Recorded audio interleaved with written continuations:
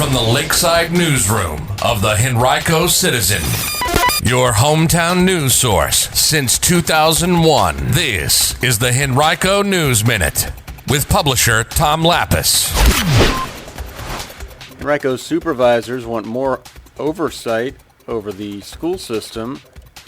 11 organizations want police officers out of Henrico schools.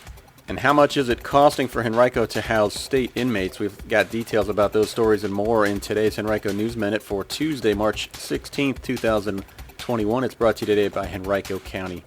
And now for the news. Yesterday was the first day of a week-long budget review for the Henrico Board of Supervisors as they consider the $1.43 billion operating budget and $224 million capital budget proposed earlier this month by Henrico County Manager John Vitulkis. They began the session yesterday with praise for the way the county employees and leaders navigated the past year of the pandemic, but also expressed frustration with their own inability to hold the county's school system accountable in specific ways. They also were upset with a lack of state funding for state prisoners currently being held by the county.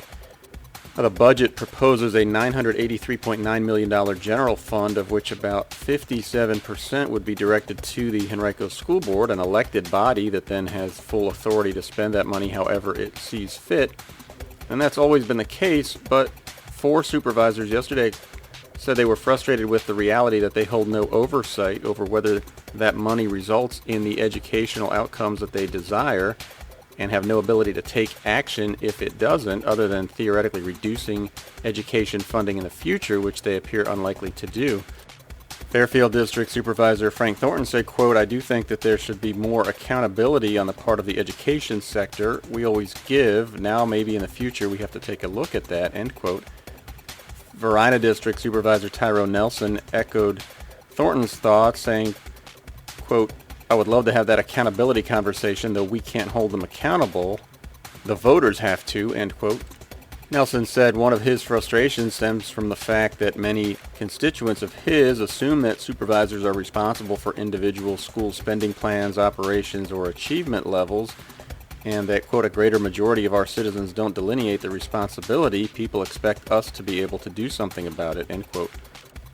Board Chair Dan Schmidt of the Brooklyn District and Three Chop District Supervisor Tommy Brannon also had similar comments. Schmidt said, quote, "I'm not going to not fund schools. I'll tell you that right now. None of us are, but we've got to be able to ask those questions," end quote. Nelson mentioned that some schools in his district have been underperforming historically, but no other supervisors mentioned any specific issues of concern with the schools. Also, yesterday, supervisors talked about proposed funding for outside organizations and nonprofits. It's currently proposed to be about $1.5 million in the budget, with about $140,000 remaining to be allocated. Some organizations that typically receive some county money were left out of the proposal this time. Vitulkis told supervisors that groups like Maymont, Lewis Ginter, and other large entities that have the ability to raise their own funds were omitted for the most part in order to provide available funds to other organizations. He later said that another $35,000 that was unused from another portion of the budget could be applied to that remaining $140,000. Supervisors discussed the possibility of adding some funding back for Maymont, the Virginia Capitol Trail Foundation, and Sportable, among other groups. They agreed to consider possibilities and finalize a plan on Thursday. Bannon suggested that the county prioritize the available funds by determining which groups are doing something better than what the county would do if the county were doing it itself.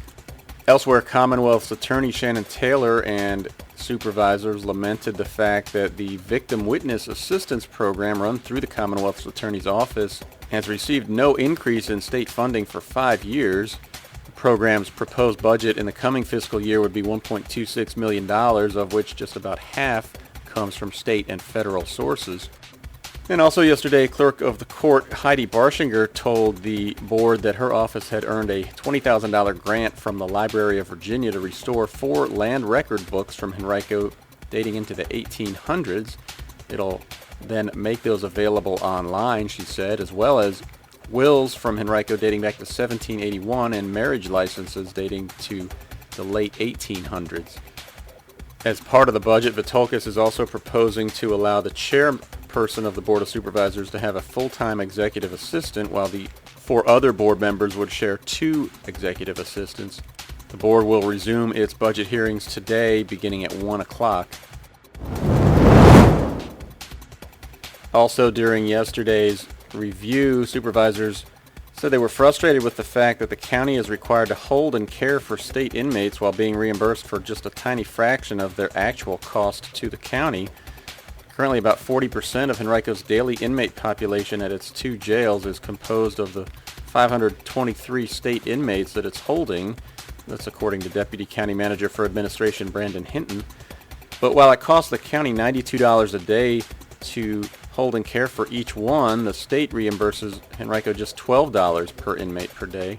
Over the course of a full year, that would amount to a budget shortfall of about $15.5 million. That's money that Henrico has to come up with on its own. Projections show that by the end of June, the county could have as many as 600 state prisoners in its jails, according to Hinton. Said Tuckahoe Supervisor Pat O'Bannon, quote, "This is just outrageous," end quote. Schmidt said, quote, "This bothers me. This is troublesome for me. $17.5 million of like, here, take them and we'll come get them when we want. This is no longer a favor," end quote.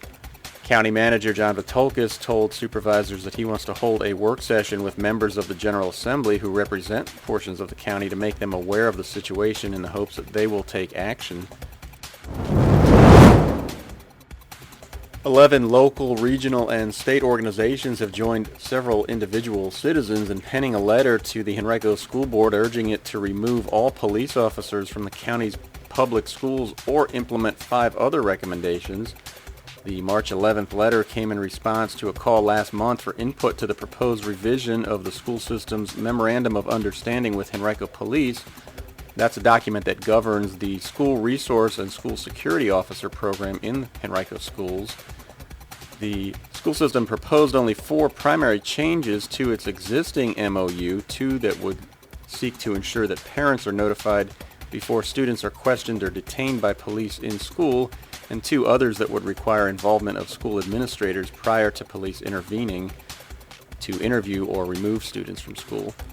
In their letter, the group cited research that they say shows that removing SROs from schools is the most beneficial thing for students of color and those with disabilities or who are LGBTQ+. The letter was signed by the Legal Aid Justice Center, Equality Virginia, Virginia Organizing Richmond Chapter, Together We Will Henrico, the Virginia Council on LGBTQ+, and several other groups.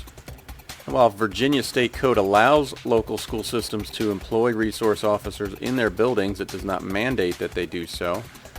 It's unlikely that the school system would remove police officers entirely, so the groups offered 5 recommendations if it chooses to keep them in the buildings, among them that it specify its data collection procedures and objectives to decrease disproportionate arrests of black students in schools, and then track and make public the data related to use of force against students inside buildings, and that it add provisions to publicize the location of the MOU on its website and conduct quarterly meetings with Henrico Police to review it.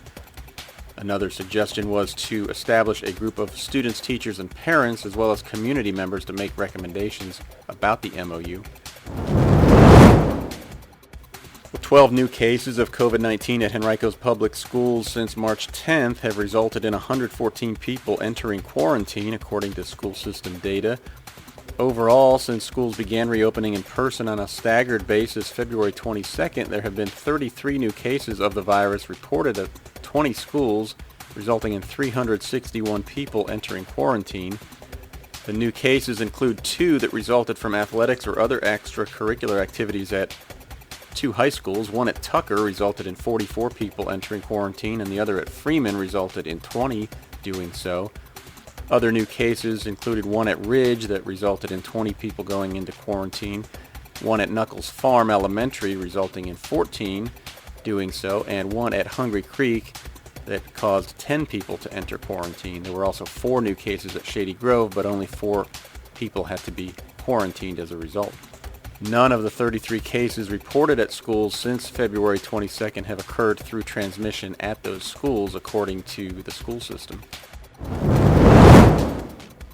Today's Henrico News Minute has been brought to you by Henrico County's COVID-19 Emergency Rental Assistance, providing assistance for those who have experienced economic impact related to the virus, such as job loss or furlough. Applications are available at henrico.us/DSS or by calling 501-5294.